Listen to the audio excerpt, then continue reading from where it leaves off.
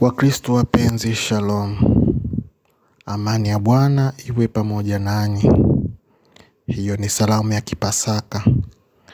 Tunapomsherehekea Kristo mfufuka, Kristo ambaye ameshinda mauti. Hakika leo ni usiku mtakatifu, usiku ambao Bwana wetu Yesu Kristo aliweza kushinda mauti, akafufuka mzima.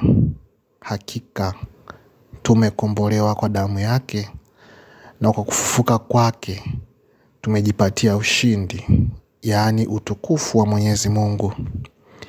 Siku ya leo katika vigilia ya Pasaka tutasikia masomo tofauti, lakini hasa tutakapoisikia historia ya uumbaji wa Mwenyezi Mungu, ambapo Mwenyezi Mungu alipoumba ulimwengu mzima toka mwanzo. Katika kitabu cha Mwanzo, ambapo Mwenyezi Mungu aliumba ulimwengu, aliumba mimea, aliumba anga, aliumba wanyama, aliumba pia na binadamu, na akavipa mamlaka ya kuvitawala vitu vyote. Na sio kuvitawala tu, bali pia aliwaambia kwamba wazae wakaongezeke. Na vyote alivyoviumba Mwenyezi Mungu vilikuwa vyema na vyenye kupendeza. Akavipa sehemu nzuri ya kuishi. Lakini baadaye binadamu huyu anaanguka katika dhambi na anafukuzwa katika bustani ya Edeni. Tutasikia pia katika somo jingine kutoka katika kitabu cha Kutoka, ambapo Mwenyezi Mungu baada ya kuwakomboa watu kutoka katika mikono ya Wamisri, kutoka katika mikono ya mafarao, sasa anawavusha watu katika bahari ya Shamu. Ilikuwa ni jambo kubwa sana. Watu walimsifu Mungu. Kwao ilikuwa ni kama Pasaka kubwa ya kuvushwa, Passover, kutoka upande wa Misri na kwenda upande mwingine, kupita katikati ya bahari.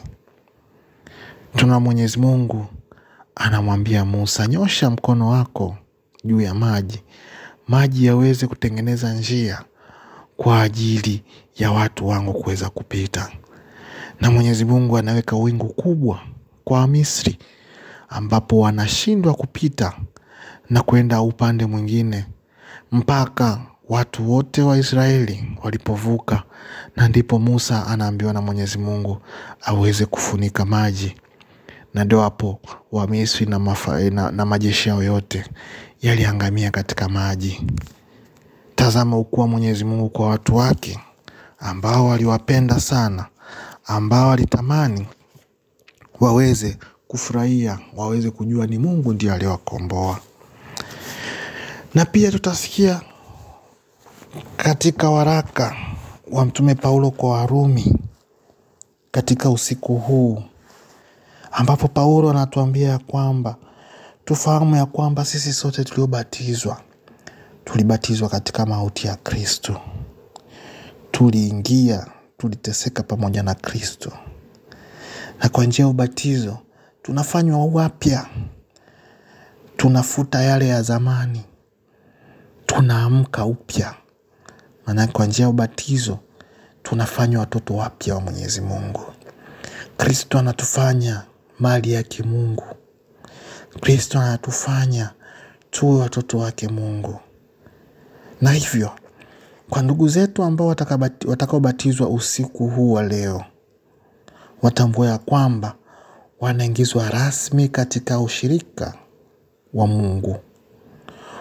Kwa damu yake Kristo msalabani wanatakaswa mioyo yao, wanakuwa viumbe vipya, wanatembea katika mwanga wa Kristo. Tutasikia katika mbiu ambayo itakayoimbwa kwamba kosa lenye bahati kweli kweli, ambalo lilistahili kupata mkombozi mkubwa kama huyu. Hakika tulipendwa sana. Hakika Mungu alitupenda upendo usiopimika. Hata Mungu kutoa mwanae wa pekee aje kumkomboa mwanadamu, aje kumkomboa mtumwa, aje kumkomboa yule mtu ambaye alikuwa hafai wala hasaminiki kwa sababu ya dhambi. Mungu alitupenda sana. Mungu alituthamini sana, na ndio maana Kristo alikuja kutukomboa. Kwa hiyo Paulo anatukumbusha kwamba sasa kwa kuwa tumeshakuwa watu wapya, tusirudie mambo ya zamani. Tuangalie mbele, kwa maana kama tulivyounganika naye katika mfano wa mauti yake, kadhalika pia tutaunganika pia katika ufufuko wake. Tukijua neno hili ya kuwa utu wetu wa kale ulisulubishwa pamoja naye, na mwili wetu wa dhambi ubatilike. Tusitumikie tena dhambi, kwa kuwa yeye alikufa, amehesabiwa haki mbali na dhambi. Tusitumikie tena dhambi. Tumekubali kukombolewa. Tumekubali kuteseka pamoja naye. Kipindi hiki cha Kwaresima, kipindi cha siku 40 ambazo tulijitoa usiku na mchana kwa ajili ya kumtafuta Kristo, basi tuone thamani ya ukombozi huo ambao Mwenyezi Mungu ametupatia. Katika somo letu la Injili, mishangao inaendelea kutokea baada ya kufufuka kwa Kristo. Asubuhi na mapema, makundi ya watu wanakwenda.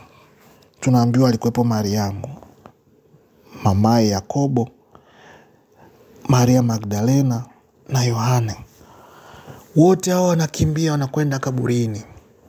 Ilikuwa ni utaratibu kwamba baada ya siku 3 walau wakaupake mwili wa marehemu mafuta ili usiweze kuharibika haraka, kwa sababu ni mtu ambaye walimpenda, ni mtu ambaye walimthamini sana.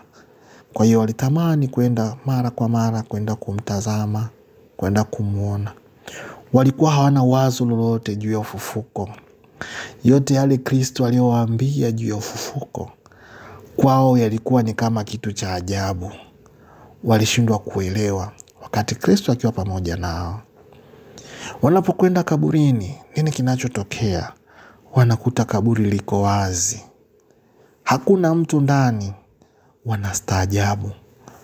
Wanatokewa na malaika, watu 2 ambao ni malaika. Wanawaambia, hamkupata kuambiwa juu ya kwamba atafufuka katika wafu? Hapa hayupo tena, amefufuka, ameenda zake. Nao wanastaajabu, wanaondoka wakifurahi. Lakini wanapokwenda kuambia wale 11 ambao wamebaki kule juu ya ufufuko, wao wenyewe wanashangaa. Wanaona ni kitu gani hawa watu wanajaribu kuongea.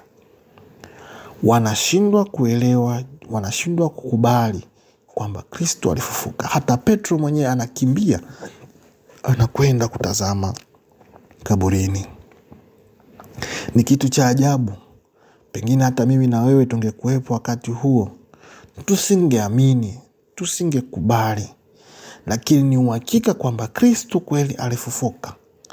Kristo kweli alishinda mauti. Kristo kweli alitukomboa kwa damu yake. Kule kufufuka kwake ndio ushindi kwetu. Kule kufufuka kwake ndio inatuimarisha zaidi kiimani. Inatufanya tuwe watoto wapya. Lazima tuamini juu ya ufufuko wake Kristo. Lazima Kristo abadilishe maisha yetu. Tutembee sasa kama watoto wa mwanga. Tutembee kama watu ambao kweli tunaamini, tunakubali kwamba tumefufuka na Kristo ndani ya mioyo yetu. Tuanze upya maisha yetu. Tuanze upya. Tuzike utu wetu wa zamani. Tufuate kile ambacho Kristo anatamani tuweze kukiishi.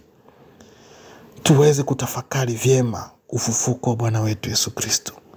Siku hizi 50 tunazozianza kwa vijilia hii ya Pasaka, tuweze kutembea na Kristo mfufuka.